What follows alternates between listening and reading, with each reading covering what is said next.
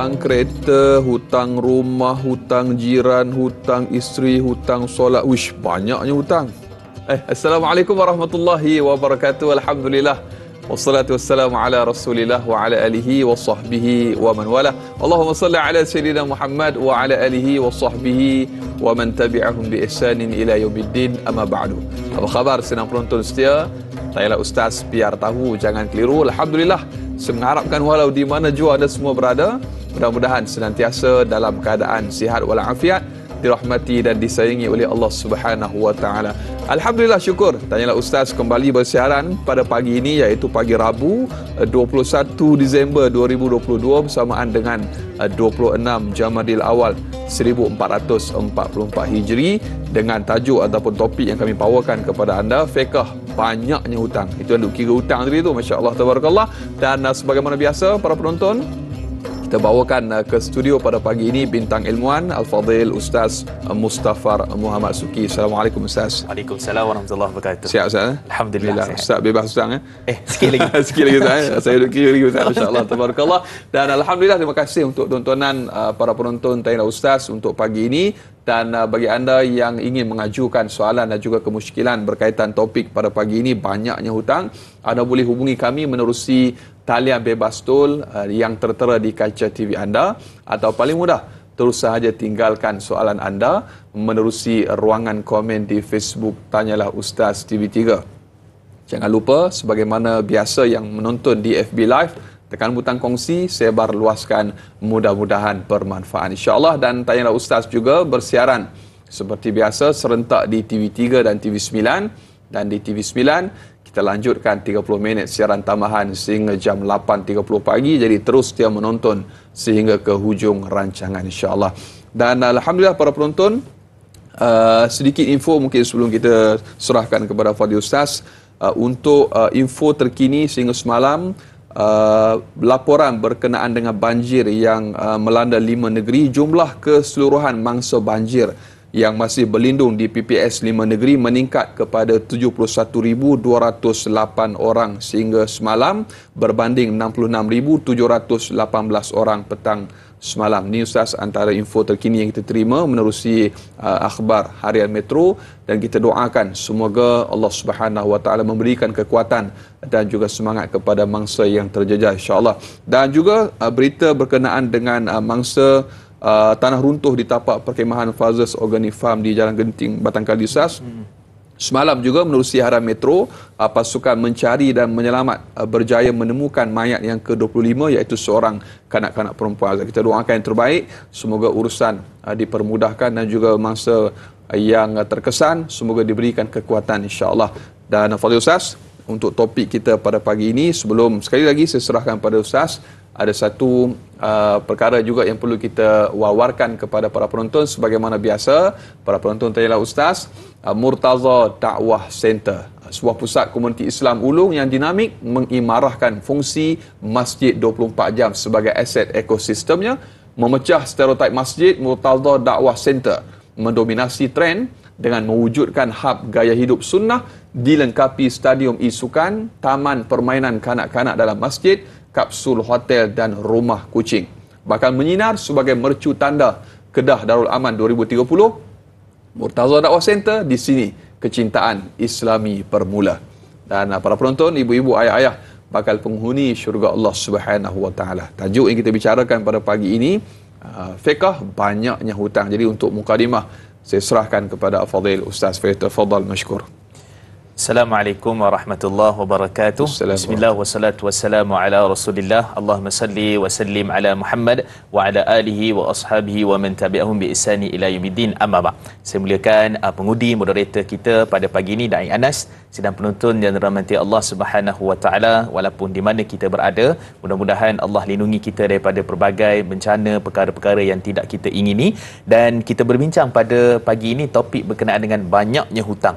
Jadi kita sebut tentang hutang ini adalah salah satu perkara yang Allah perincikan di dalam Al-Quran, Dan kalau kita teliti betul-betul, sebenarnya dalam Quran ini bab harta ni sangat teliti. Sama ada daripada sudut sedekahnya, infaknya, berapa ganjarannya, semua diceritakan. Berkait juga dengan harta pusaka, bahagian-bahagian tertentu dan sebagainya juga Allah perincikan. Dan kemudian tentang hutang juga satu muka surat, bahkan dua muka surat sebenarnya. Kalau kita kaji daripada surah Al-Baqarah, daripada ayat 282, Allah menceritakan tentang perihal berkait dengan hutang, saksinya bagaimana, kemudian kalau tak mampu untuk dijadikan cash ataupun bayaran secara terus, boleh secara berhutang, dan kemudian bayaran secara bertangguh, dan kemudian saksi di kalangan lelaki dan wanita dan seterusnya.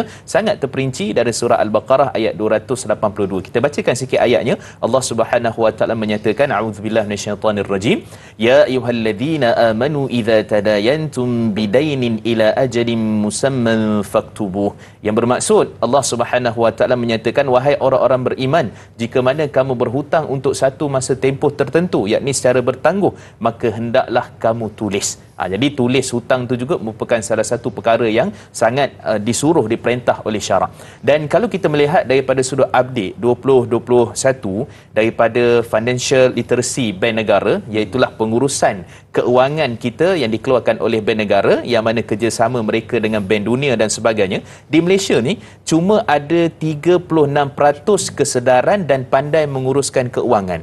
Jadi maksudnya daripada belanja, ni 4 perkara lah: belanja, simpanan hari persaraan, dan juga waktu kita kecederaan ataupun waktu kecemasan. Jadi hanya 36% saja yang ada kesedaran dan pandai menyusun daripada sudut keuangan. Yang lebihnya apa? Hutang sana sini, kan tak cukup nak hutang lagi kan. Selagi mana boleh hutang.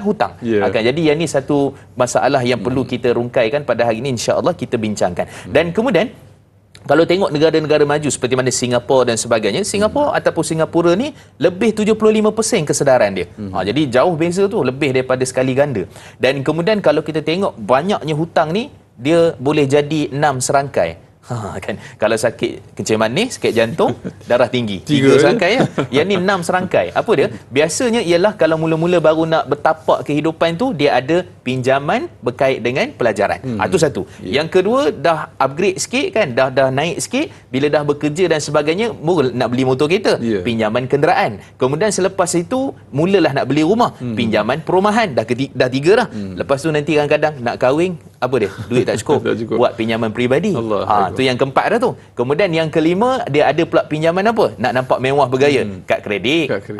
Kemudian yang keenam, nak nampak pula perniagaan hebat dan sebagainya, pinjaman perniagaan. 6 ni kalau tak urus secara yang betul, banyaknya hutang kita, maka problem dekat dunia, problem dekat akhirat. Itu kita bimbang. Masya-Allah, tabarakallah. Tu antara mukadimah yang telah pun dikongsikan oleh Fadil Ustaz. Perlu kita bijak menguruskan hutang kita. Jadi jangan kita pandai cipta hutang saja, Ustaz. Jadi cipta juga peluang untuk kita melunaskan hutang tersebut. Dan pastinya ramai yang menonton pada pagi ini, Ustaz, menantikan di saat-saat nanti hujung program amalan untuk bebas hutang, Ustaz. InsyaAllah kita akan kongsikan. Jadi anda kena kekal terus setiap menonton sehingga ke hujung rancangan, insya-Allah.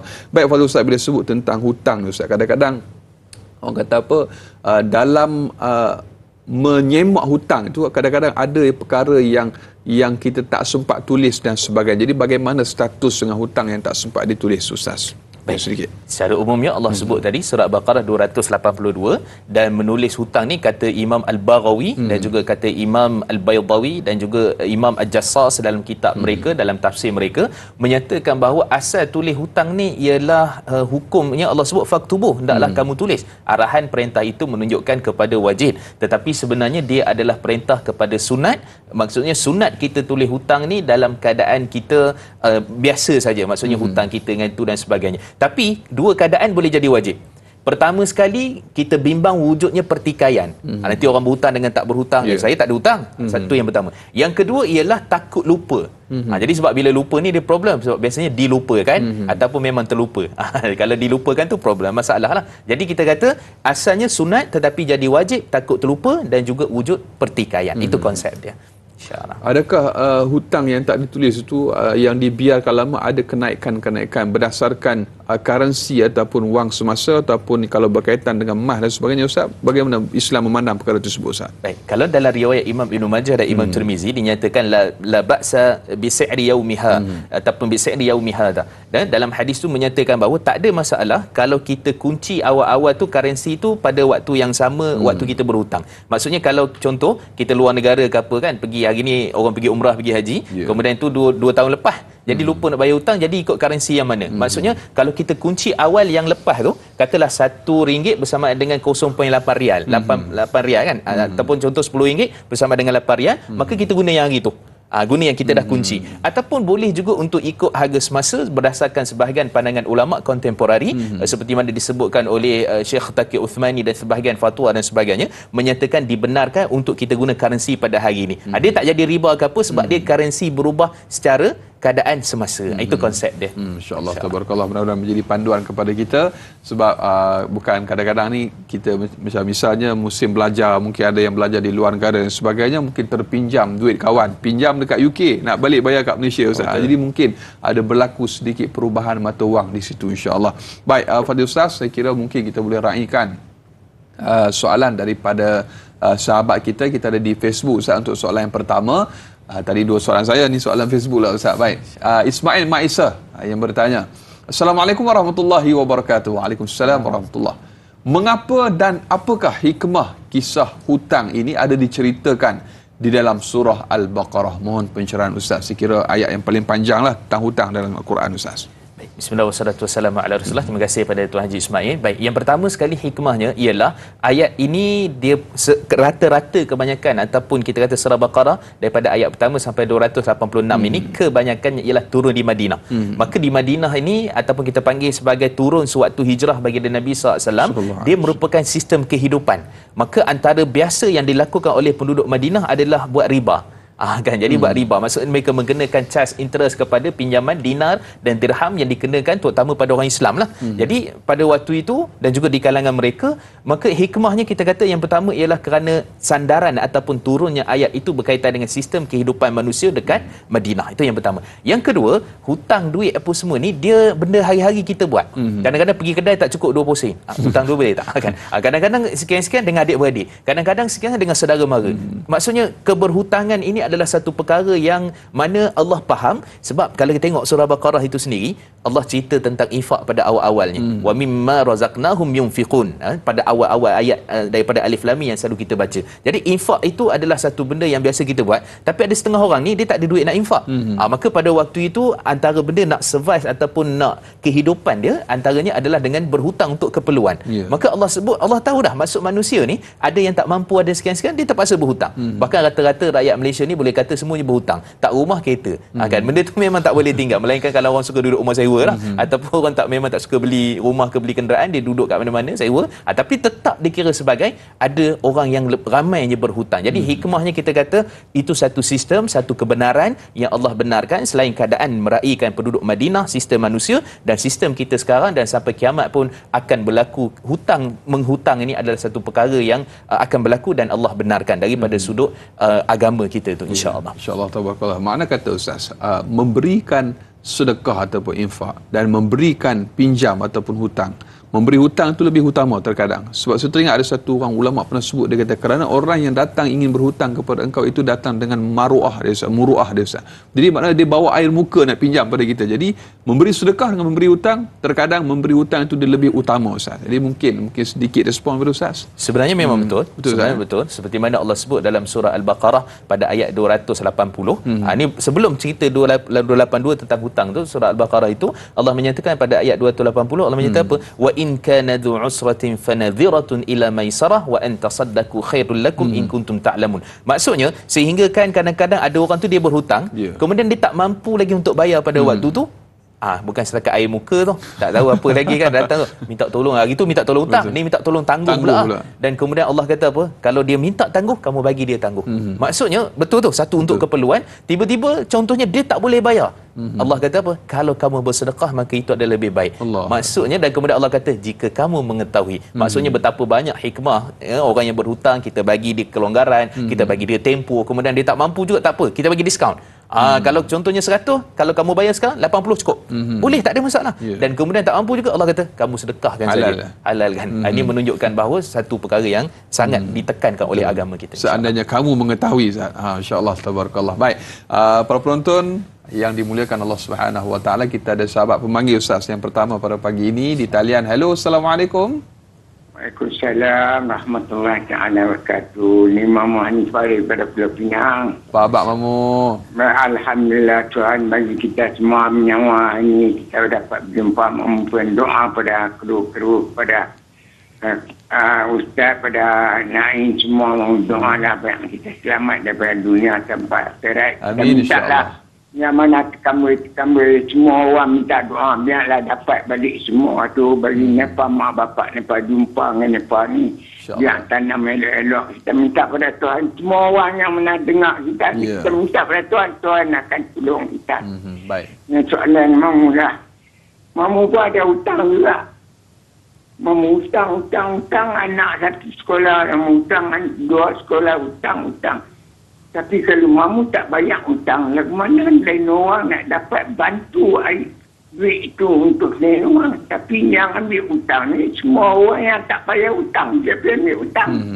Yang patut dihutangnya, dia tak ambil hutang, dia buat etiak diri dia sendiri, dia tahu kita balasan nak kena bayar. Bukan kita hutang tak bayar. Ni ada orang hutang sampai tak bayar, sampai ke hari ni tak bayar. Tapi esok ni di akhirat kita jumpa. Betul. Tapi ingatlah, siapa-siapa yang hutang nama Mamu pun tak bayar juga. Nasihat untuk Mamu pun sama, untuk lain-lain orang sama. Lain orang nak pergi belajar juga. Tapi habis belajar, kita nak dapat kerja. Hutang sanggup. Kerja memang tak dapat. Kerja apa, kita urusan tinggi pun memang kita tak dapat. InsyaAllah kalau kita bayar hutang, InsyaAllah Tuhan bagi kerja kita. Yang Tuhan soalan Mamu. Assalamualaikum warahmatullahi wabarakatuh. Waalaikumsalam warahmatullahi wabarakatuh. InsyaAllah, tabarakallah. Terima kasih Mamu Hanifah dari Pulau Pinang bertanya. InsyaAllah kita akan raikan soalan tersebut. Jawapannya selepas ini. Terus setia menonton Daerah Ustaz, biar tahu jangan keliru, kembali selepas ini.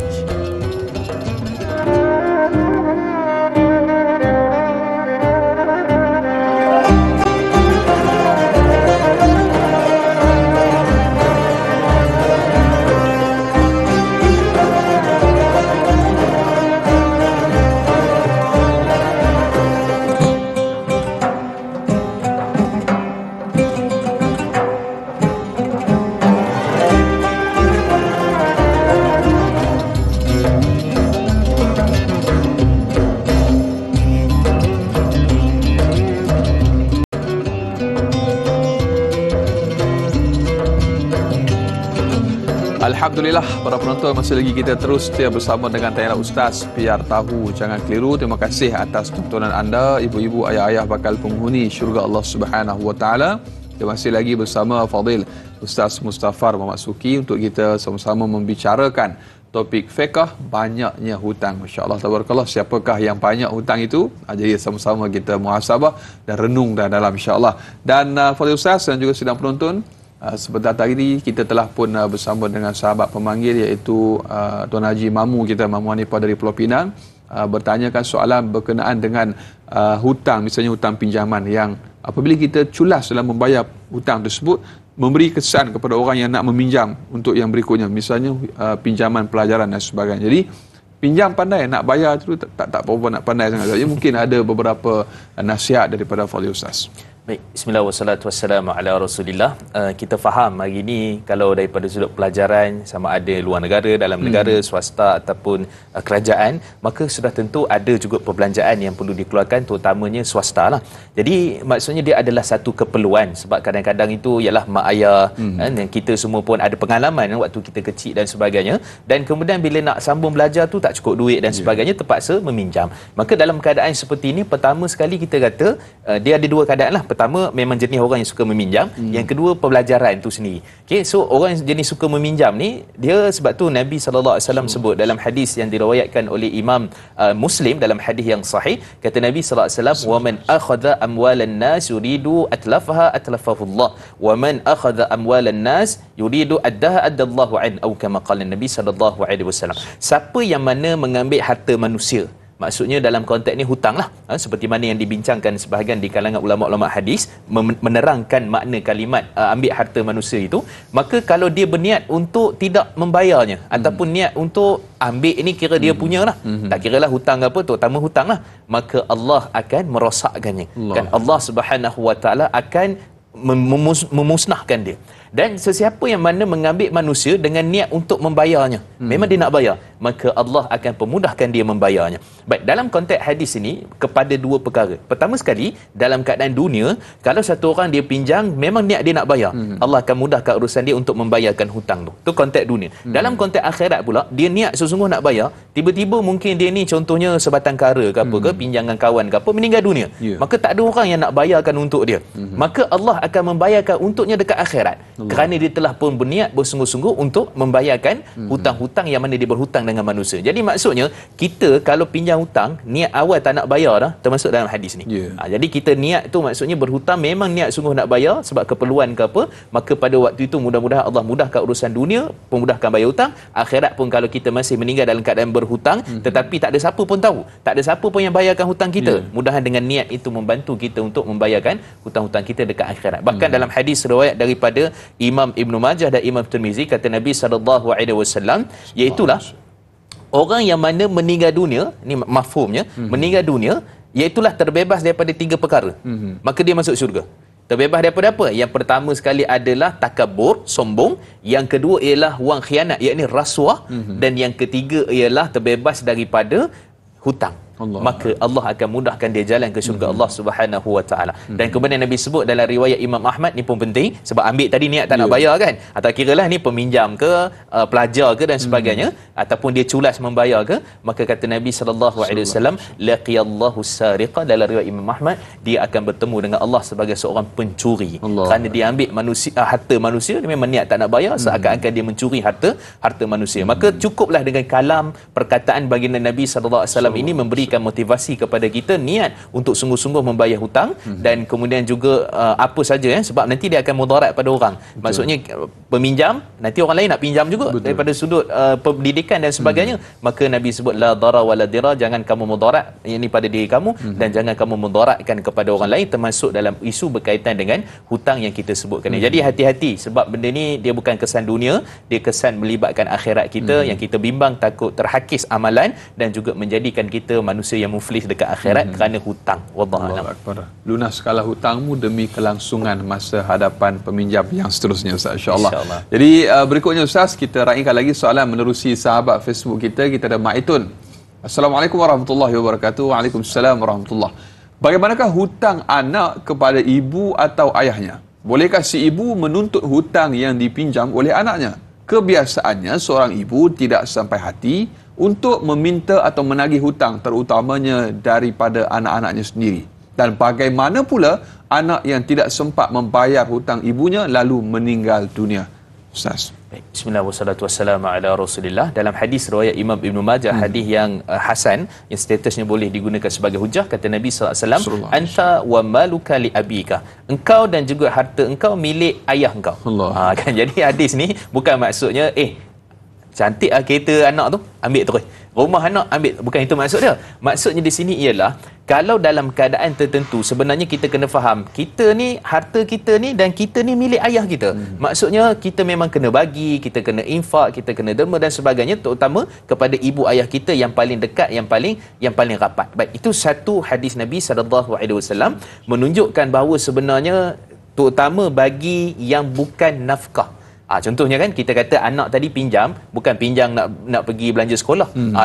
Itu nafkah.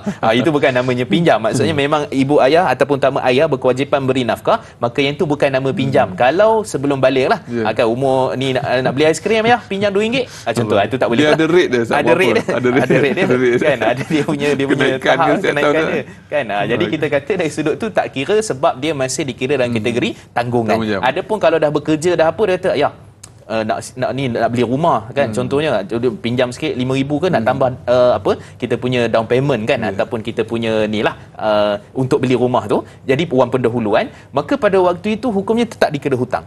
Dan kemudian ditanyakan soalan tadi, dia tetap kena bayar hutang, anak kena bayar hutang pada ibu dan ayah pada waktu itu. Dan kemudian memang betul lah perasaan sebenarnya bukan ibu ayah saja, orang yang berhutang tu kan, dia lagi malu nak minta bila mana suruh bayar hutang.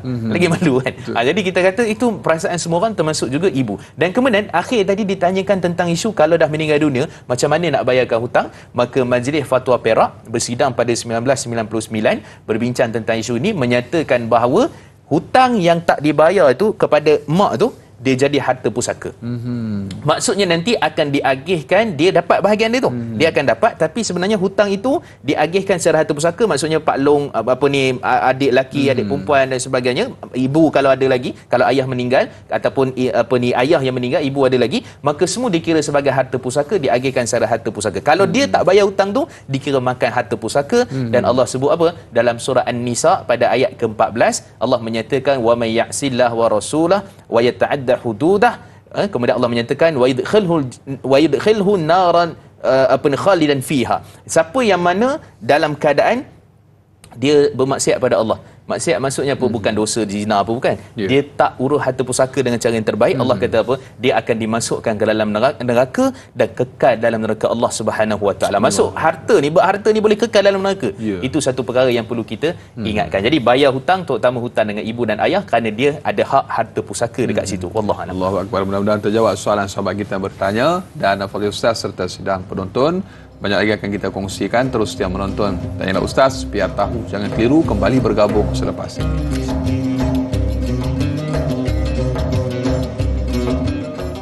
Sallallahu ala Muhammad, sallallahu alaihi wasallam, sallallahu ala Muhammad, sallallahu alaihi wasallam. Ya Nabi salam alaika, ya Rasul salam alaika, ya Habib salam alaika, salawatullah alaika.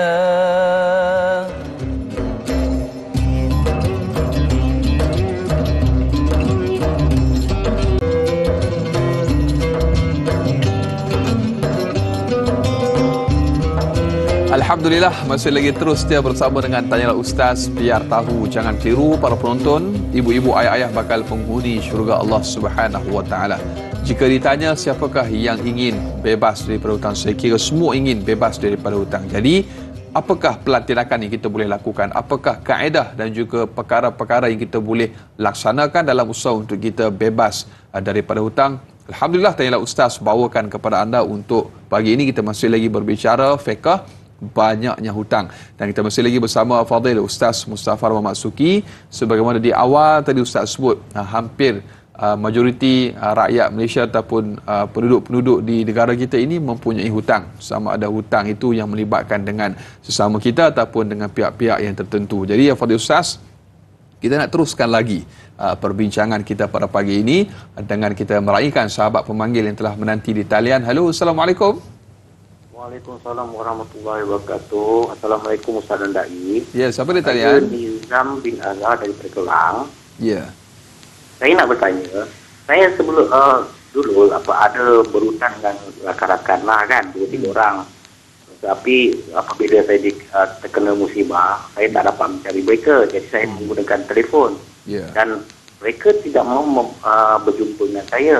Dan saya minta dengan mereka agar bagi mobile account kan. Kalau tak mau berjumpa. Tapi sehingga saat ini pun mereka tak mau bagi mobile account kan. Jadi apa tindakan saya seterusnya perlu minta pencerahan kepada Ustaz. Assalamualaikum warahmatullahi wabarakatuh. Waalaikumsalam warahmatullahi wabarakatuh. Masya-Allah, soalan yang cukup menarik ini berkaitan dengan PKP lama Ustaz. Kadang-kadang ni bukan lupa, mungkin kadang-kadang nak kata buat lupa pun tak boleh. Orang duk jadi kalut dan sebagainya Ustaz. Jadi mungkin ada jalan penyelesaian di situ Ustaz. Baik, bismillah wassalatu wassalamu ala Rasulillah. Baik, alhamdulillah, tahniah pada tuan yang bertanya tadi kerana usaha untuk membayar hutang dan kemudian ia merupakan satu perkara yang dituntut oleh agama kita dan kemudian juga daripada sudut kita tak jumpa kan. Dia pertama sekali dia terputus hubungan ni sama ada dia ada dua keadaan. Kalau keadaan yang pertama tadi melihat kepada bahawa sebenarnya orang tu masih ada. Cuma mungkin dia endah tak endah lah. Okey, so itu keadaan pertama. Keadaan kedua pula jenis orang yang memang dah meninggal dunia. Maksudnya kita cari ke dan sebagainya, maka kalau ikut Majlis Fatwa 2003 dan 2005 bila berbincang secara khusus kesatuan ataupun Majlis Fatwa Kebangsaan menyatakan bahawa bagi hak ehwal agama lah menyatakan bahawa dia pertama sekali dia kena cari ahli waris. Kalau ahli waris tak jumpa, kemudian baru diserahkan kepada Baitul Mal. Kan. So tengoklah daripada keadaan tu, terutama kita cari dulu ahli waris dan sebagainya. Okey, itu satu keadaan. Keadaan pertama, yang kedua tadi ataupun yang ditanya tadi ialah merujuk kepada orang tu sendiri macam endah tak endah. Okey, kalau macam tu mudah je tuan. Maksudnya ada nombor telefon, ada apa semua, tuan bagi dia kata putus. Maksudnya halalkan ke ataupun tidak? Kalau dia katakan bayar. Bayar tu maksudnya dia bagi nombor akaun ke apa, dia lambat ke dan sebagainya, tetap nanti dia akan bagilah. Okey. Tapi kalau dia kata dia halalkan, maka pada waktu tu alhamdulillah. Kan, kerana menghalalkan hutang ini juga sebab tu Allah sebut tadi wa antasaddaqu khairul lakum, jika kamu bersedekah kepadanya lebih baik dalam keadaan seperti itu, dan kemudian ia merupakan salah satu daripada perkara yang sangat-sangat dibenarkan ataupun disukai oleh syarak. Okey, itu satu keadaan. Tapi kalau dia tak ada bagi jawapan dan kemudian pada waktu tu dia diam je dan sebagainya, masih lagi dikira keberhutangan. Okey, melainkan kalau dia kata dia dah halal, maka pada waktu itu dalam kaedah fiqh menyatakan as-saqitu la ya'ud, menggugurkan hak dia punya tanggungan itu dia tak boleh minta balik.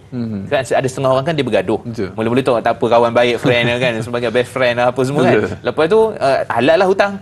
Kan 2 minggu lepas tu bergaduh pasal World Cup contohnya. Pasal bola contohnya kan. Bergaduh kan, aku sokong ni tim tu, dan kemudian akhirnya kau hutang aku dulu, kau ingat tak? Bukan kau dah halal ke? Jadi kita kata nak halal tu halalkan, maka tak boleh jadi hutang balik.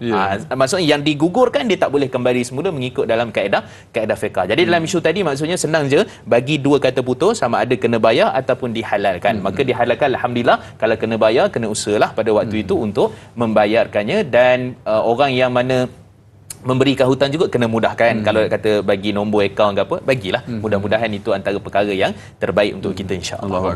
Kalau sikit tu mungkin boleh halal Ustaz, tapi kalau dah makan puluh-puluh ribu ni Ustaz, fikir 2-3 kali ke Ustaz nak halalkan. InsyaAllah, tabarakallah. Baik, Fadil Ustaz dan juga sedang penonton, kita ada soalan yang berikutnya di Facebook, Ali yang bertanya. Baik, Assalamualaikum warahmatullahi wabarakatuh. Waalaikumsalam warahmatullahi. Adakah had-had yang dibenarkan untuk berhutang bagi membeli keperluan seperti makanan, tempat tinggal dan kenderaan yang ditetapkan dalam hukum fiqh berhutang? Apakah perbezaan antara pinjaman bercagar dan pinjaman tanpa cagaran? Adakah memberi cagaran melebihi nilai pinjaman dibenarkan dalam hukum fiqh hutang? Mohon pencerahan Ustaz. Terima kasih. Baik, bismillah wassalatu wassalamu ala Rasulillah. Kalau daripada sudut etika, adab dan sebagainya, kita berhutang ni satu keperluan, maksudnya ialah keperluan untuk meneruskan kehidupan, untuk menjaga maqasidus syariah. So apa dia maksud menjaga maqasid syariah ni? 5 perkara lah. Jaga agama, jaga diri kita, jaga harta kita, jaga nasab keturunan kita, dan juga jaga berkait dengan akal kita. Jadi kalau kita tengok kat situ, jaga dirilah. Maksudnya kita takkan nak tidur bawah jambatan kan, dan sekian tak apa, saya yang penting tak berhutang hutang kan. Yang tidur bawah jambatan tak apa kan. Jadi kita kata itu tak betul tu. Dan mudarat pula dan sebagainya musim-musim sekarang ni dan macam-macam lagi. Jadi kita kata daripada sudut asalnya untuk keperluan yang betul-betul dia seakan-akan kata kalau seorang suami maka dia ada nafkah yang perlu diberikan kepada anak isterinya, maka nafkah itu antaranya tempat tinggal, antaranya sekian-sekian. Maksudnya kalau kata boleh sewa, kalau kata boleh mampu untuk beli, untuk bayar konsisten secara bulanan, maka beli. Jadi dia ada konsep itu, dia kena faham kadar keperluan itu, tahap dia itu adalah berdasarkan ukuran maqasidus syariah. Jadi maqasid syariah kita jaga apa? Jadi jaga diri, jaga agama, jaga dan sebagainya, maka di situ dibenarkan untuk kita berhutang pada bab-bab tertentu. Sebab kita memang tak boleh elak sebenarnya, tapi kalau kita boleh elak, kita mampu, itu yang paling terbaik lah. Cuma kita kalau tak boleh elak, maka pada keperluan yang sebenarnya untuk makanan apa, maka dibenarkan untuk kita berhutang. Okey, itu dia punya satu. Okey.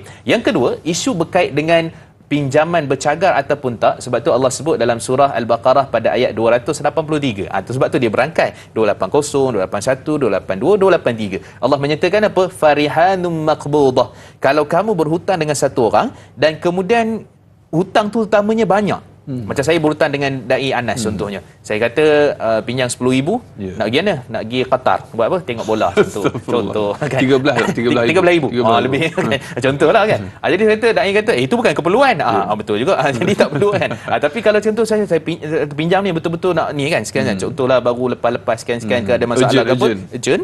Maka kita pun pinjam. Maka Dai Anas kata 10,000 ni banyak sangat. Boleh tak ada apa-apa dicagarkan? Kereta ke rumah ni kan, kereta ke motor ke apa. Saya kata saya sebenarnya kalau ikutkan adalah sikit simpan emas contohnya. Jadi saya kata ni berapa gram emas saya cagarkan dan kemudian dia sebagai satu cagaran. Ini maksudnya kalau kita di luar sana ar-rahnu lah, tempat pusat gadai apa semua, kita cagarkan barang kita, maka yang itu daripada sudut syarak dibenarkan. Kalau lebih asalnya ialah tak dibenarkan. Sebab tu kalau ikut daripada sudut perundangan ar-rahnu ni, kalau dia ada lebihan dia kena pulangkan balik.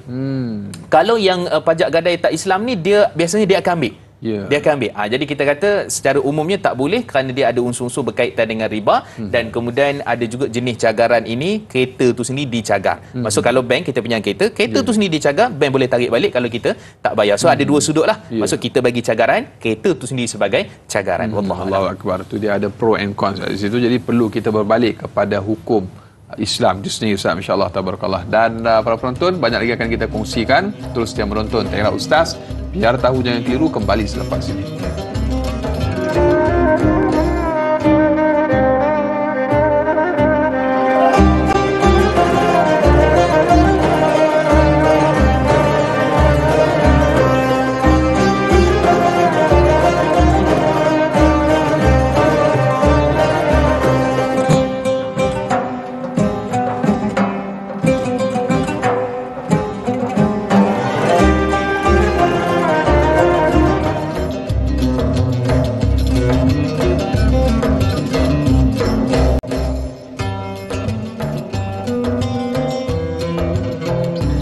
Alhamdulillah, terima kasih dan terima kasih. Kurang lebih sejam kita bersiaran semestinya dalam Tengok Ustaz.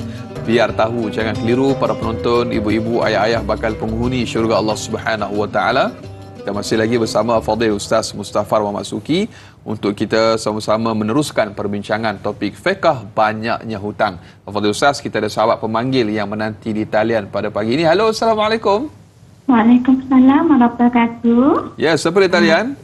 Saya Panjang Malayar dari Taipei. Ya, silakan. Assalamualaikum Ustaz Mustafa dan peserta kru TV3. Tanya Ustaz dah tahu bahasa dulu. Ya, Assalamualaikum. Apa nama Ustaz Bandai?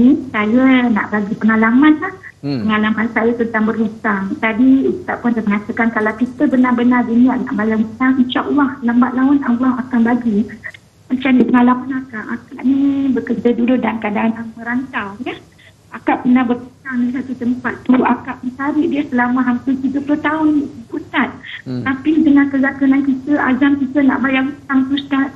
Allahu Akbar. Allah kita bukan. Akak usaha dan usaha akak cari. Dia ni kepandai.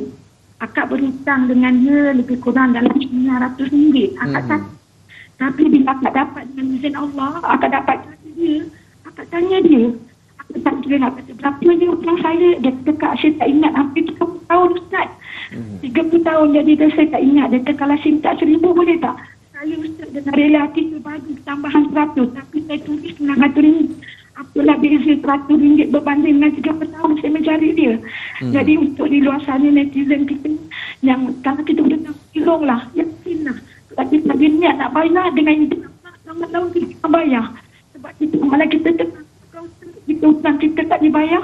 Jadi pengalaman akak tolonglah kalau mana-mana yang hutang tu usahalah dengan pengalaman dengan dalam 30 tahun akhirnya akak dengan izin Allah akak dapat menuntaskan hutang akak. Jadi akak syukur alhamdulillah tolonglah ambil pengalaman akak ni jadi pengajaran.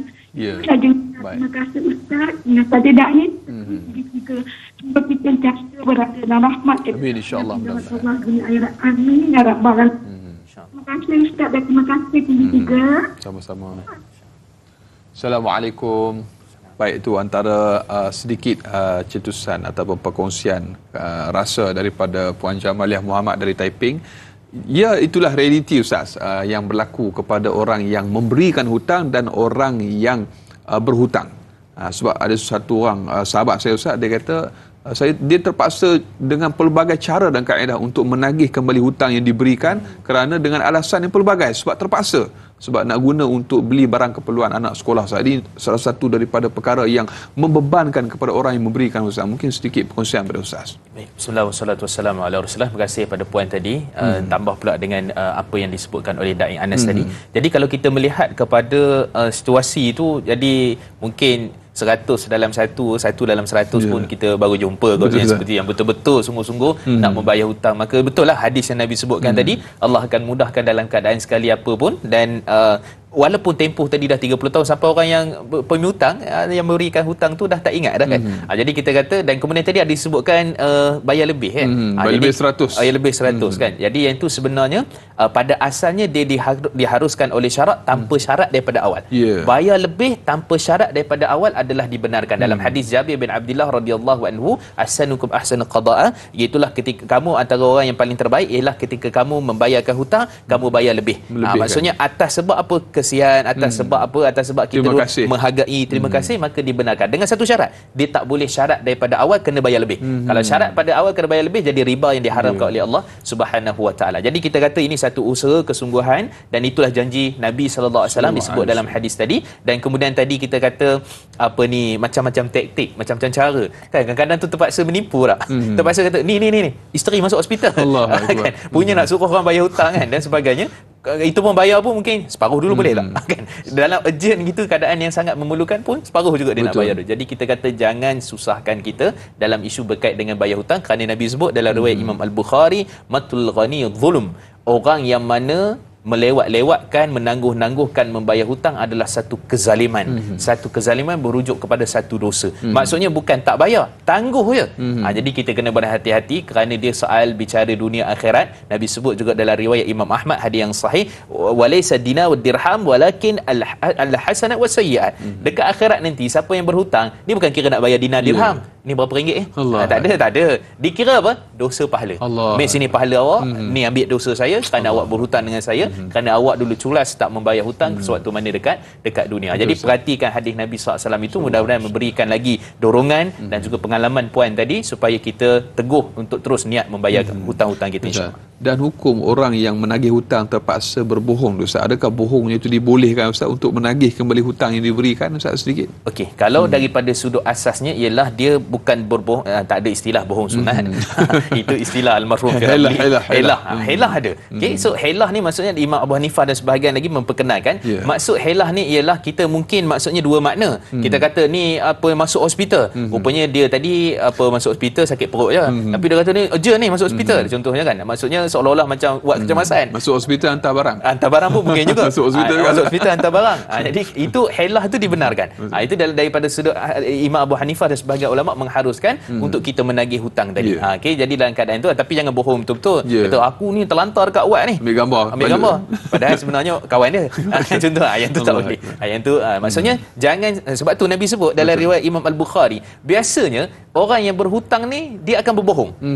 Dia elak dia tu, dia apa ini dan sebagainya. Dan dia boleh terbabit pula kepada orang yang yang memberikan hutang tadi terpaksa berbohong pula juga kan. Jadi dua-dua dalam keadaan kebohongan itu satu benda yang berbohong itu satu benda yang tak dibenarkan. Boleh kita kata bohong, boleh jangkit. Elah okey, tapi jangan berbohong. Wallahu a'lam. Masya-Allah, tabarakallah, mudah-mudahan menjadi panduan kepada kita sama ada untuk orang yang berhutang ataupun orang yang menagih hutang. Baik Ustaz, sahabat pemanggil kita yang berikutnya di talian pada pagi ini, ramai yang telefon Ustaz. Halo, Assalamualaikum. Waalaikumsalam warahmatullahi.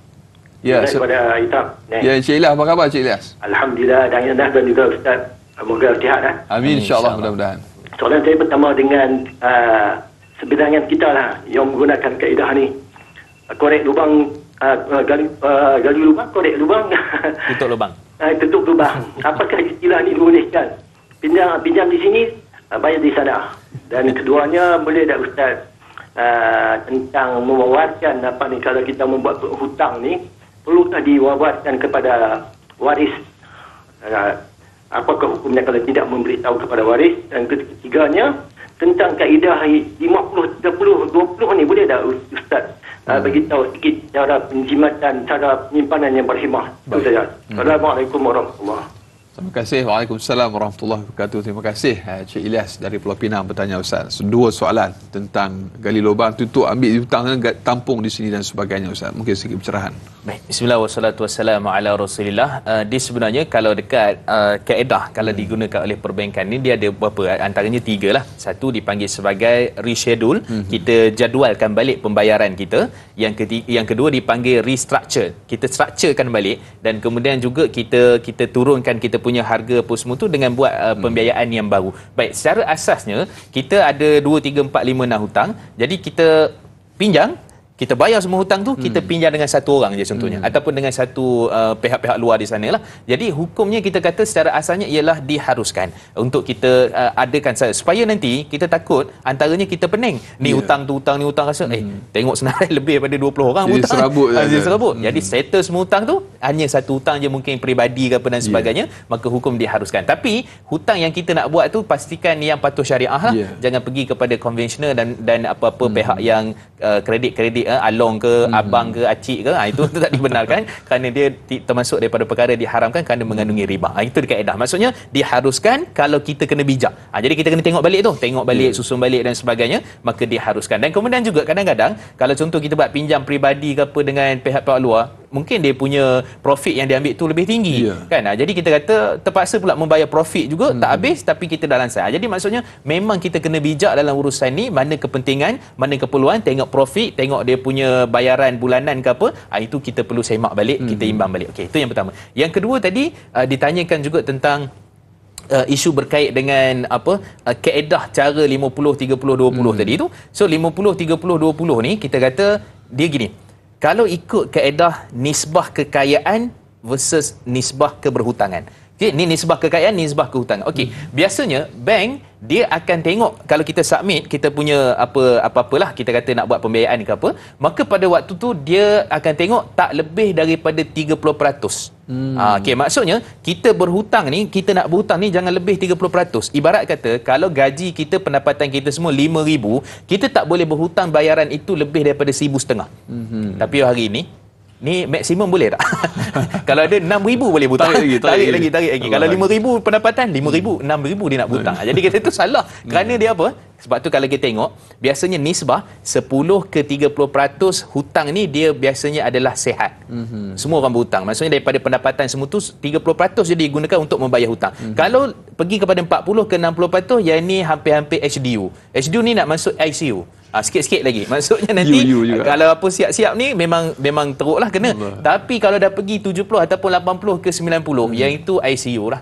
Yang itu kita kata tunggu masa nak muflis. Sebab tu kalau kita tengok dekat Malaysia ini, yang dikeluarkan daripada 2015 ke 2019, 84,450 orang diisytiharkan muflis yang dikeluarkan oleh AKPK ataupun Jabatan Insolvensi, yang mana rata-ratanya itu adalah di kalangan lelaki. Dan jangan terkejut, 56% daripada 84,000 lebih itu ialah orang Melayu Islam. Allah. Ni kita kena tengok balik ni tuan-tuan. Isu hutang, isu apa ni kita kata ni sangat penting. Sebab tu kita kena selaraskan elok-elok, jangan kita berhutang lebih daripada 30% adalah yang paling terbaik. Sebab apa? Walaupun kita kata 1,500 je kita berhutang, kita ada 3,500 lagi. 3,500 tu kan nak beli pampers, anak sekolah, itu ini dan sebagainya, akan lebih tarik lagi. Maka sebab tu yang sihat jangan lebih pada 30%. Walaupun ada tadi sebutkan 50, 20, 30, ada yang kata 50, maksudnya 50 kita belanja, 20 kita simpan, kemudian 30 untuk pelindungan takaful ke apa. Itu kita kata tak ada masalah. Itu teori yang bagus, tapi macam mana cara kita nak ikut. Sebab tu kita teori tu bagus, cara nak ikut tu juga kita kena betul-betul sungguh-sungguh, barulah kita dapat apa yang sepatutnya, insya-Allah. Okay. Soalan berikutnya Ustaz, ada kaitan dengan apa yang Ustaz ceritakan ni Ustaz. Daripada Syahiralia Muhammad di Facebook. Baik Ustaz, ada sesetengah orang berpandangan jika tidak berhutang tak dapat merasa, dan ada juga berkata biar papa asal bergaya sehingga sanggup berhutang sehingga menyusahkan orang sekeliling. Mohon nasihat Ustaz untuk orang sebegini. Terima kasih. Bismillah wassalatu wassalamu ala Rasulillah. Terima kasih pada puan yang bertanya. Saya sebut sini senang je. Kita kata kita tengok apa yang Nabi sebut. Kalau Nabi sebut ni, confirm benda tu betul. Dan pasti benda tu adalah satu perkara yang memudahkan kehidupan kita, tak menyulitkan kita. Apa Nabi sebut? Nabi SAW menyatakan dalam hadis sahih riwayat Imam Muslim, unzuru ila man huwa asfala minkum wa la tanzuru ila man huwa fawqakum. Kemudian kata Nabi SAW, hadis yang sahih, Nabi menyatakan, kamu lihat orang yang bawah di kalangan kamu, maksudnya yang kurang daripada kamu. Jangan kamu melihat orang yang di atas daripada kamu. Nescaya kamu akan mensyukuri nikmat Allah Subhanahu Wa Taala. Masalahnya jiran sebelah beli kereta baru, kita tak boleh kena lawan ni kan. Hutang dah banyak dah, beli kereta baru. Sebab kita tengok yang teratas. Sebab tu dalam bab dunia ni, kita jangan tengok orang yang atas pada kita. Bawa-bawa steering, kita ada apa? Kita ada contohnya kereta tertentu. Pandang sebelah, oh, turbo. Apa? Contoh kita apa? Kereta apa-apalah yang kereta lama-lama kan. Tapi kita alhamdulillah tak bocor. Kalau tengok sana berikat, sana tampal sini. So tengok orang yang bawah pada kita. Kalau tengok orang atas pada kita, memang fail lah kehidupan kita, memang bermasalah. Daripada sudut dunia. Tapi kalau sudut akhirat, kita tengok orang atas pada kita.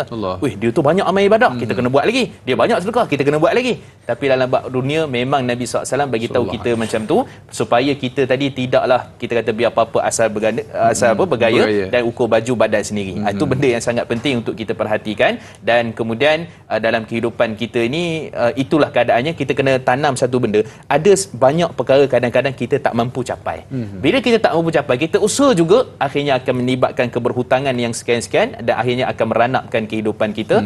Bergaduh pula, porak-peranda rumah itu ini dan sebagainya. Abang lah tak bayar hutang, isteri lah sekian. Jadi isu akan pergi kepada situ. Wallahualam. Saling menyalahkan pula Ustaz.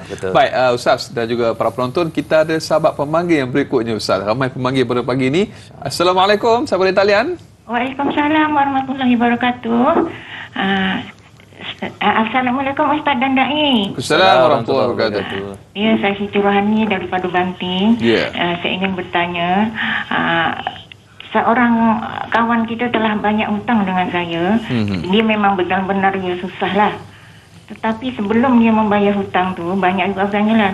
Tapi dia meninggal dunia, dia meninggalkan ramai anak kecil-kecil lah. Jadi saya menutup hutang tu tak tergamak, tak sampai hati. Saya tak menutup hutang pun badi. Saya halalkan saja dengan niat saya hadiahkan, sedekahkan kepada anak-anak dia, sebab anak dia jadi anak yatim. Itu saja soalan saya. Macam mana, adakah niat saya ni macam sedekah dengan anak yatim Ustaz? Itu aja soalan saya Ustaz. Assalamualaikum warahmatullahi wabarakatuh. Sama-sama. Waalaikumsalam warahmatullahi wabarakatuh. Terima kasih Puan Siti Rohani dari Banting tanya Ustaz. Ini satu tindakan yang murni dan mulia Ustaz. Mungkin sedikit. Baik, bismillah wassalatu wassalamu ala Rasulillah. Sebenarnya itu satu, kalau kita kata nak tuntut pun sebenarnya dia boleh daripada harta pusaka. Okey, kalau ada harta pusaka, dan kena ingat harta pusaka ni dia bukan rumah kereta. Songkok dan Anas tu kalau meninggal pun kalau dikirakan harta pusaka sebenarnya kan. Jadi itu dia mahal kan. Okey. Jadi nak menceritakan bahawa sebenarnya harta pusaka ni dia boleh sebab tu sebelum harta pusaka diagihkan, hutang dulu. Maksudnya boleh kalau puan nak menuntut hutang, tapi ialah sebab puan sebut tadi tak tergamak, bahkan pula arwah pun almarhum pun juga telah cuba untuk membayar hutang dan sebagainya, maka kita kata tindakan yang murni ialah perkara yang dilakukan oleh puan tadi. Dan kemudian kalau kita perhatikan dalam hadis yang diriwayatkan oleh Al-Baihaqi, walaupun hadis ni dikira sebagai kategori lemah lah oleh Imam Al-Munawi, Imam Al-Iraqi dan sebagai ulama-ulama hadis, iaitulah Allah menulis kebaikan bagi orang yang bersedekah ini 10 kali ganda. Tapi orang yang memberikan hutang itu 18 kali ganda. Allah. Walaupun hadis ni dhaif, lemah, tapi dia sebagai satu motivasi lah kepada kita, menunjukkan bahawa sebenarnya dalam kehidupan kita ni, kalau itulah benda yang kita buat, yang kita lakukan, asal kita bagi hutang, kemudian mungkin bertangguh, kemudian sekian-sekian kita halalkan, itu satu perkara yang kita mengutip setiap pahala daripada tu. Bagi hutang, pahala lah. Bagi tangguh, pahala lagi. Kemudian halalkan pula, pahala lagi. Kalau sedekah kan satu je, bagi terus dapat pahala sedekah. Jadi kita kata itulah kehebatan hutang yang Allah Subhanahu Wa Taala benarkan, tapi dengan cara yang diizinkan oleh syarak. Dan tahniah pada puan tadi, mudah-mudahan kita kata memberi kebaikan, memang betul anak-anak yatim, dan memberikan kebaikan kepada mereka, dan insya-Allah mudah-mudahan itulah satu benda yang dipuji oleh Allah dan Rasul sallallahu alaihi wasallam. Allahu akbar, insya-Allah, tabarakallah. Semoga Allah memberkati mereka yang sebagaimana yang telah pun digambarkan oleh Fadil Ustaz, yang memudahkan orang yang berhutang, insya-Allah. Baik Fadil Ustaz dan juga sedang penonton, kita ingin tamat siaran kita di TV3, dan kita akan sambung lanjutan 30 minit siaran tambahan di TV9. Jadi terus setiap menonton Tanyalah Ustaz, biar tahu jangan keliru, kembali bergabung di TV9 selepas ini. Sallallahu ala Muhammad, sallallahu alaihi wasallam, sallallahu ala Muhammad, sallallahu alaihi wasallam. Ashraqal badru alaina فاختفت منه البدور مثل حسنك ما رأينا قط يا وجه السرور.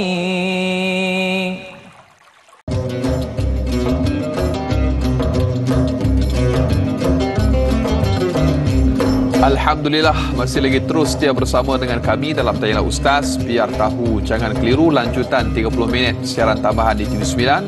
Terima kasih kepada anda para penonton yang masih lagi terus setia kekal bersama dengan kami sehingga jam dan juga detik ini.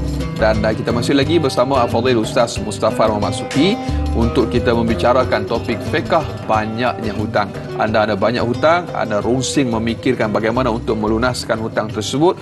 Anda seorang yang pernah memberikan hutang dan rungsing bagaimana untuk menagih kembali hutang tersebut. Di sini dalam meja Tanyalah Ustaz kami membicarakan tentang perkara ataupun soal yang berbangkit dengan banyaknya hutang. Fadil Ustaz, kita ada soalan yang berikutnya daripada Muhammad Faizal bin Ahmad di Facebook. Assalamualaikum warahmatullahi wabarakatuh. Waalaikumsalam warahmatullahi. Dilema rakyat marhain seperti saya dalam bab berhutang. Misalnya membeli motosikal. Untuk membeli secara tunai atau cash tidak mampu, terpaksa berhutang. Yang mana kita sedia maklum hampir semua hutang berunsurkan riba. Bagaimanakah jalan penyelesaiannya Ustaz? Sedangkan motosikal satu keperluan dalam mencari sesuap nasi Ustaz. Bismillah wassalatu wassalamu ala Rasulillah. Terima kasih pada Tuan Faizal. Okey, 3 cara. Bagi tu. 3 cara. Baik. Yang pertama sekali, kita dah ada kredit Islamik. Saya tak nak sebut mention apa nama penuh dia, tapi kredit Islamik yang diguna pakai kontraknya ijarah thumma al-bai'. Maksudnya dia pakai dulu jual beli sewa lah. Kan, sewa jual beli. Maksudnya sewa dulu, kemudian akhirnya berakhir dengan kita punya pemilikan. So jangan ambil yang konvensional dia. Ambil yang Islamik dia, kerana telah ada penasihat patuh syariah dan sebagainya yang telah meluluskan kaedah pembiayaan yang digunakan melalui konsep ijarah, iaitu sewa beli yang kita sebutkan tadi. Baik, itu yang pertama. Yang kedua, kita ada bank. So bank ni tak semua bank, adalah 1-2 bank yang membenarkan kita membuat pembiayaan yang Islamic Bank antara 100 ke 250 cc. Kenapa bank tak buat yang 250cc kat atas? Sebab biasanya kalau Superbike ni dia tak bawa perlahan. Dia bawa laju. Dia bawa laju tu macam-macam lah kan. Jadi sebab tu 900cc apa semua ni ada bank yang memang tak dia stop terus. Jadi 100 ke 250cc ada bank. Dekat mana tu? Yang tadi kredit Islamik tu, cari Google kredit Islamik. Yang kedua ialah bank tadi, Google juga kan. Bank yang mana? Dan kemudian yang ketiga ada koperasi Islam. Koperasi Islam yang mana, tapi kadang-kadang ada setengah koperasi ni dia kena jadi ahli dulu. Kan tak apalah kalau kata boleh jadi ahli, ahli, yang penting kita nakkan yang halal. Kalau kata jadi ahli. Ataupun yang kedua, ada juga koperasi, tuan-tuan cari di luar sana, koperasi Islam yang mana ataupun koperasi yang patuh syariah yang membenarkan untuk bukan ahli untuk membuat pembiayaan. Jadi kita kata 3 tempat ni mudah-mudahan menjauhkan kita daripada unsur-unsur, sebab tadi kebanyakan semuanya tadi dikatakan memang betul, sebab ada 3 je. Yang lain-lain tu semua apa pinjam, dia panggil loan kedai, loan kedai riba. Itu kita kena faham betul-betul tu kan. Kemudian juga yang lain-lain ataupun dalam setengah-setengah kredit tertentu, tapi cari yang 3 ni, mudah-mudahan Allah berkati dan mereka dah buat siap-siap, ada penasihat syariah, kita bergantung pada mereka. Dia macam halal jakim lah. Kita mana ada masa nak tengok tepung, ayam sembelih tak sembelih, tak ada masa nak pergi tengok, maka kita guna cap halal jakim, halal bismillah. Begitulah juga yang telah pun diputuskan oleh penasihat syariah mereka, kita bismillah, mudah-mudahan kita cari yang halal, itu penting. Wallahu akbar. Insya-Allah Ustaz. Jadi kalau dah terbuat loan ataupun dah pernah terjebak dengan perkara ini, mungkin sedikit daripada Ustaz selepas ni, kerana kita nak raikan dulu Ustaz. Saya simpan dulu soalan tu. Kita ada sahabat pemanggil di talian pada pagi ni. Halo, Assalamualaikum. Bismillahirrahmanirrahim. Assalamualaikum warahmatullahi wabarakatuh. Assalamualaikum warahmatullahi wabarakatuh. Saya Hidayah binti Presiden dari Kota Baru. Ya, silakan soalannya. Okey, soalan saya Ustaz, bolehkah kita meminta bantuan macam kebajikan masyarakat zakat sebagai usaha kita untuk membayar hutang? Ialah macam yang contohnya kalau di kalangan orang sini terpaksa berhutang untuk kesesuaian kecelakaan dia minta bantuan daripada usaha kebajikan masyarakat. Apakah pendapat Ustaz? Mungkin apakah usaha dan cara kita untuk menyelesaikan hutang sebagai seorang penghutang? Itu saja soalan saya. Sekian, terima kasih. Sama-sama. Waalaikumsalam warahmatullahi wabarakatuh. Terima kasih Puan Nurul Hidayah Saifuddin dari Kota Baru yang bertanya. Jadi Ustaz, kita bila dengar Kota Baru ni salah satu kawasan yang juga terjejas. Sebenarnya saya tak sempat untuk bertanya khabar mereka di sana, jadi saya doakan semoga baik-baik saja insya-Allah, terutamanya sahabat-sahabat kita yang berada di pantai timur yang terjejas insya-Allah. Baik, mungkin sedikit respon untuk soalan tersebut Ustaz. Baik, bismillah wassalatu wassalamu ala Rasulillah. Bila puan sebutkan tadi tentang isu berkait dengan keberhutangan, adakah boleh minta zakat, boleh minta kebajikan dan sebagainya, bantuan-bantuan tertentu, maka sebenarnya dia boleh. Sebab dalam surah At-Taubah pada ayat yang ke-60 Allah menyatakan tentang orang yang terima sedekah ni, innamas sadaqat, orang yang menerima sedekah maksudnya zakat, antaranya ialah al-gharimin, orang yang keberhutangan, yang mana hutang dia itu adalah untuk keperluan hidup dia. Contohnya dia hutang sewa rumah, dia termasuk pula dalam asnaf, dia dapat. Bukan setakat asnaf dia dapat, tapi tentang dia punya gharimin, keberhutangan yang tak mampu bayar bagi keperluan. Contohnya berhutang tu untuk makan, maka sebenarnya betul sama ada Baitumal ataupun pusat zakat boleh untuk menyalurkan kita punya sumbangan ataupun kita kata zakat tu kepada mereka yang terbabit tadi. Jadi kita kata ini satu perkara yang ada dalam agama kita, dan sebab tu Allah sebut dalam surah Al-Maidah pada ayat yang kedua wa ta'awanu 'alal birri wat taqwa, betul bantu kamu dalam perkara-perkara yang mendatangkan kebaikan dan juga takwa kepada Allah Subhanahu wa taala. Maksudnya sebab tu Baitumal, hak Baitumal, zakat memang ada ruang untuk mereka mendapatkan apa seperti mana yang disebutkan tadi. Jadi kita kata dia memang dapat, dia memang boleh dapat kerana termasuk dalam asnaf. Kalau di Selangor, kalau tengok fatwa Selangor, lagi macam-macam asnaf yang boleh untuk dia dapatkan daripada dia punya, daripada zakat tu sendiri. Hatta kalau tengok LGBT pun yang nak bertaubat, fatwa mereka 2012 seingat saya, kalau di Selangor dibenarkan bukan bagi macam tu. Sebab tu ramai orang marah, orang cakap apalah LGBT pun dapat zakat. Sebenarnya jangan marah dulu, baca kenyataan dulu baru kita buat penilaian. Sebenarnya maksudnya mereka itu dibagi rangka mereka nak bertaubat, mereka pergi kelas, allowance pergi kelas, itu dibagi. Bukan pergi lorong-lorong, nah 100 duit zakat, silakan. Bukan begitu kan. Jadi kita kadang-kadang tu cepat sangat emosi sebelum kita tahu apa hakikat cerita yang di sebaliknya. Jadi kita kata daripada apa yang diutarakan puan tadi, maka boleh sebenarnya. Dan kemudian caranya juga kita kata, yang pertama sekali kita kena faham berhutang keperluan ke kehendak. Itu satu. Yang kedua, kalau kita dah berhutang, berazam sungguh-sungguh untuk niat membayarnya. Sedangkan kalau kita tengok antara syarat jihad yang diletakkan oleh kebanyakan majoriti ulama, termasuk disebut oleh Imam Khatib Syarbini, Imam Al-Maghinani dan ulama-ulama yang lain, satu orang yang mana nak keluar berjihad, dia kena minta izin kepada orang yang dia berhutang. Allah. Sebab apa? Sebab nanti kalau kita perhatikan dalam hadis riwayat Imam An-Nasa'i, kata Nabi sallallahu alaihi wasallam, "Lau anna rajula qutila fi sabilillah thumma uhiya thumma qutila thumma uhiya thumma qutila ma dakhala jannah hatta yuqda anhu dainah." Kalau seorang ni berjuang di jalan Allah, kemudian dia syahid, kemudian Allah hidupkan balik. Dia syahid, Allah hidupkan balik. Dia syahid, Allah hidupkan balik. 3 kali. Dia tidak akan masuk syurga sehingga dibayarkan hutang-hutangnya. Jadi menunjukkan bahawa ini antara salah satu perkara yang sangat penting. Bukan maksudnya boleh berlaku 3 kali mati syahid, tapi nak menunjukkan kedahsyatan hutang itu menghalang kita daripada syurga, walaupun kalau ada orang mati syahid 3 kali. Nak menunjukkan bahawa Allah Subhanahu Wa Taala sangat menekankan kepada kita, kita usaha cara yang paling terbaik. Okey, kemudian itu yang kedua. Yang ketiga juga, kita pastikan juga nisbah kita, keberhutangan kita dengan nisbah kekayaan. Kekayaan ni bukan maksud kita kaya, tapi nisbah yang kita ada simpan tu. Jadi kena tengok tu, tengok hutang ini tak boleh dah ni, ini sekian-sekian, maka tak payah berhutang kan. Sebab tu kadang-kadang kita berhutang tu satu kemewahan apa semua, maka itu bukan perkara yang dituntut dalam agama kita, perkara yang dilarang untuk kemewahan ni, sebab hutang ini keperluan. Bayangkan kalau Allah sebut tu, Allah menyatakan bahawa maksudnya ayat itu menyatakan boleh ataupun harus berhutang untuk keperluan, bukan untuk bermewah-mewah. Jadi berhati-hatilah seperti mana disebutkan oleh puan tadi. Mudah-mudahan memberikan kebaikan pada kita, insya-Allah. Bila Ustaz sebut tentang mati syahid tu, Ustaz, ada soalan daripada sahabat Facebook kita. Laila Dila Rosa bertanya, "Assalamualaikum warahmatullahi wabarakatuh." Waalaikumsalam warahmatullahi.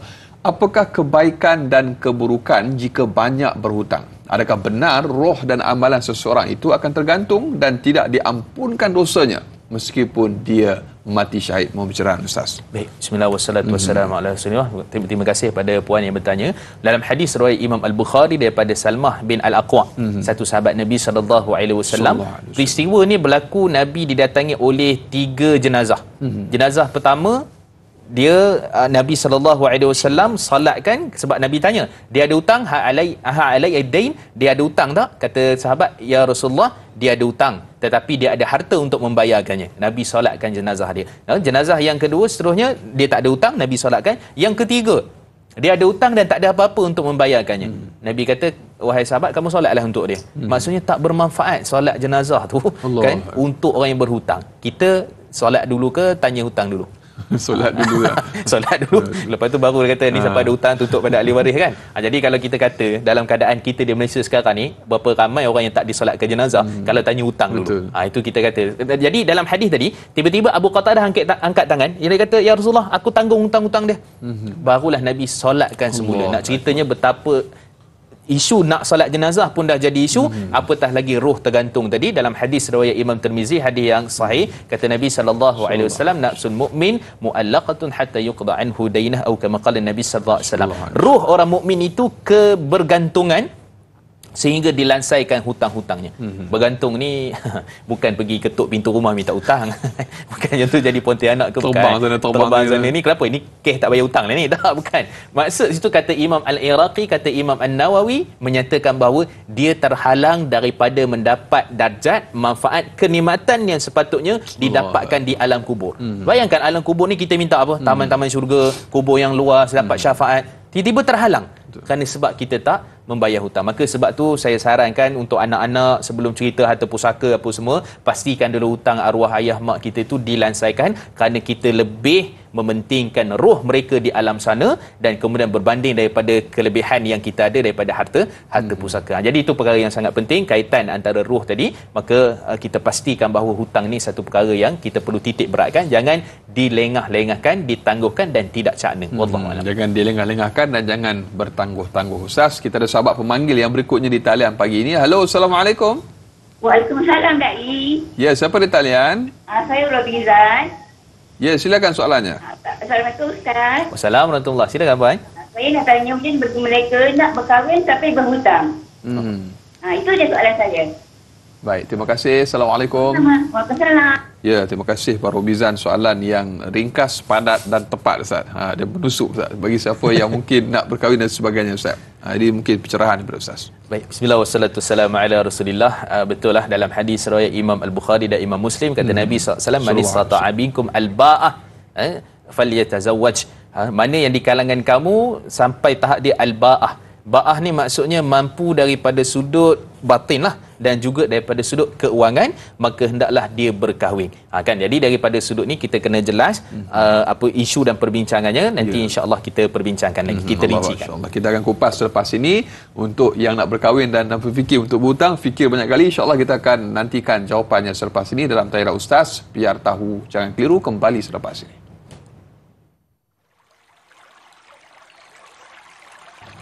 Sallallahu ala Muhammad, sallallahu alaihi wasallam, sallallahu ala Muhammad, sallallahu alaihi wasallam. Anta syamsun, anta badrun, anta nurun fawqa nuri, anta iksiru wa ghani, anta misbahus suduri.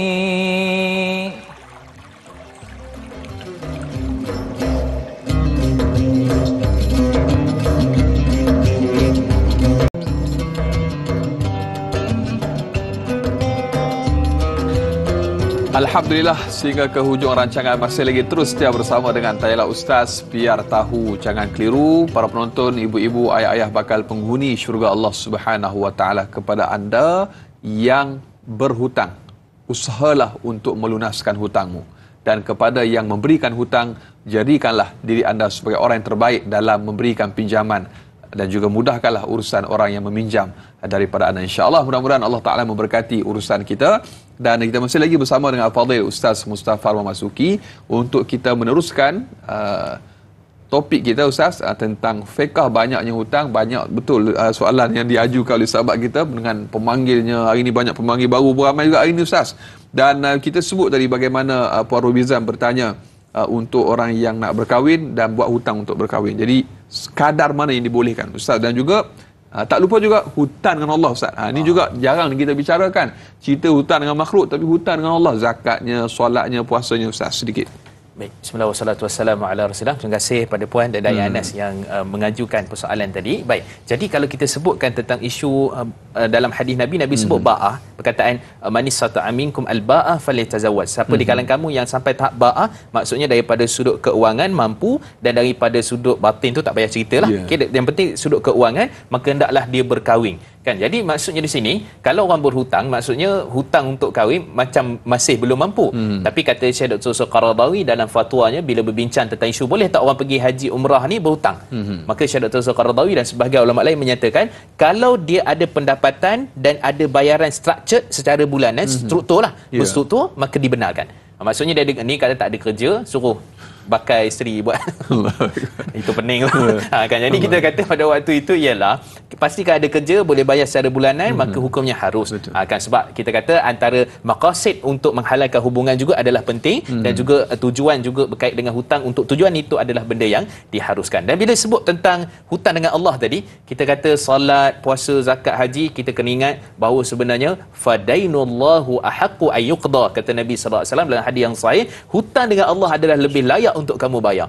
Kalau solat tu kita kata yang tertinggal apa semua, maka majoriti ulama menyatakan wajib untuk qada. Imam Abu Hanifah, Imam Malik, Imam Syafi'i dan selainnya menyatakan kena qada, kena ganti, dan kita bertaubat pada Allah. Ustaz, bukankah ada pandangan kata tak payah qada? Ada pandangan Imam At-Tahawi dan sebahagian sahabat Nabi, tapi sebahagian pandangan mereka menyatakan orang yang tak solat tu sebab dia pandangan yang keras menyatakan dah keluar pada Islam. Maka buat apa lagi dia nak gantikan solat sebab dah keluar pada Islam. Jadi kita kata tak nak ambil pandangan keras tu, kita kata ganti solat, qada solat yang kita tinggalkan. Ada pun yang telah meninggal dunia, saya sarankan kalau tengok daripada pandangan majoriti para ulama tidak ada manfaat lagi. Tak ada lagi nak bayar fidyah ke apa dan sebagainya, walaupun ada pandangan daripada Imam Abu Hanifah dan sebagai ulama mengharuskan fidyah, tapi majoriti ulama tidak membenarkan. Maksudnya jaga solat, jangan tinggal. Kalau tinggal kita kena ganti segera. Itu maksud. Baik. Zakat kita kena bayar. Apa-apa zakat tahun lepas, tahun sebelumnya, sebelum agihan terpusaka, hutang apa semua tu, zakat juga antara benda yang dibayar. Dan kemudian juga yang ketiga tadi disebutkan haji dan sebagainya. Kalau berwasiat maka tentu mesti dilunaskan haji dan sebagainya. Itu mengikut Imam Syirazi, Imam Nawawi dan majoriti ulama dalam mazhab Imam Syafi'i. Dan kemudian yang keempat juga puasa. Okey, puasa ni tengok keadaan. Kalau puasa tu dia meninggal dunia dalam keadaan dia sakit sampai dia meninggal dunia, maka tidak ada apa-apa bayarannya mengikut dalam mazhab Syafi'i. Tapi kalau dia tu sakit kemudian dia sehat tapi dia belum ganti lagi, kemudian mungkin lepas tu dia sakit balik ke ataupun dia sehat, macam itulah keadaan dia, tapi ada ruang patutnya dia ganti, maka dia tak ganti, maka itu dibayarkan fidyahnya mengikut pandangan mazhab Imam Syafi'i. Jadi saya sebut tadi hadis Nabi, hutang dengan Allah adalah lebih layak untuk kita bayar, dan bukan bermaksud tak payah bayar hutang manusia. Maksudnya hutang Allah, hutang manusia, dua-dua satu perkara yang sangat penting yang kita perlu beringat dan ingat-ingatkan juga pada yang lain, insya-Allah.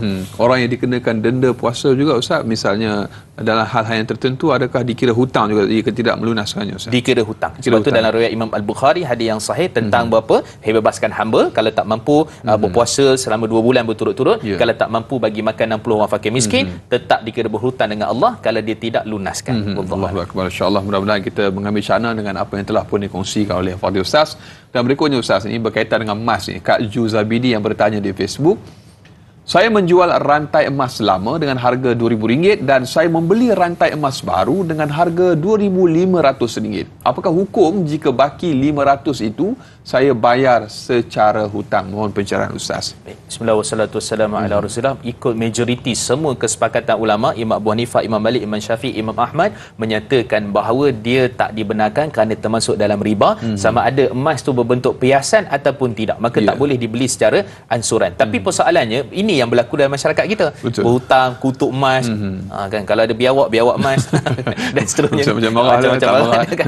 Jadi kita kata daripada sudut tu ada keringanan fatwa JAKIM perbincangannya, dan kemudian ada sebahagian pandangan fuqaha seperti Imam Zuhri, Imam Ibn Qasim dan juga sebahagian yang lain menyatakan harus kalau dia perhiasan bukan emas dalam bentuk plate tu, maksudnya gold bar, jongkong itu, yang tu tak dibenarkan, yang tu kena beli cash. Adapun yang ni diharuskan ikut sebahagian kajian yang dikeluarkan oleh JAKIM. Jadi maksudnya tadi yang 500 tu diharuskan, tapi kalau kita elakkan lebih baik keluar daripada khilaf perbezaan di kalangan para ulama, maksudnya beli cash itu tambah sikit itu adalah yang lebih baik, insya-Allah. Allahu akbar. Ukur baju di Padang sendiri, ni antara soalan yang mungkin diajukan mewakili, mungkin ada sahabat-sahabat yang bertanya.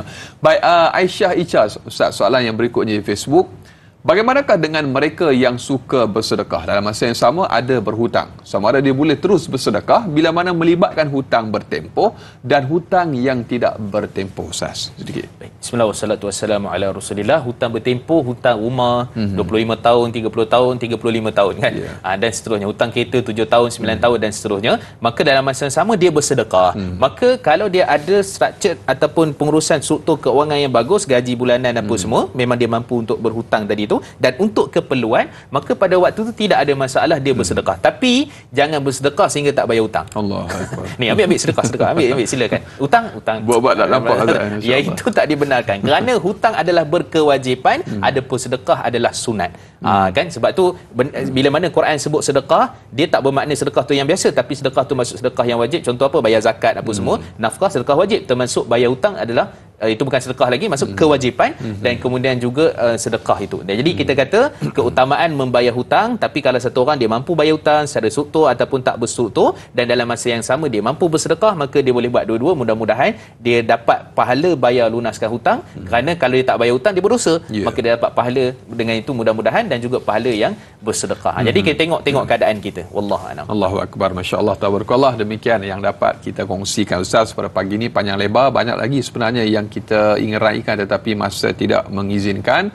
Jadi sudah tak sudah kita telah pun sampai ke penghujung rancangan Ustaz untuk topik fiqh banyaknya hutang dan sebagai 3 pengajaran dan juga pelan tindakan. Ustaz, kita dah panjang lebar berbicara, saya tertarik kalau mungkin Ustaz boleh selitkan sedikit nasihat kepada generasi muda khususnya yang mungkin berfikir nak berhutang dan sebagainya, dan juga kadar-kadar yang diperbolehkan dan sebagai pelantikan Ustaz, apa yang boleh kita renungkan untuk topik pada pagi ini Ustaz? Baik, bismillah wassalatu wassalamu ala Rasulillah.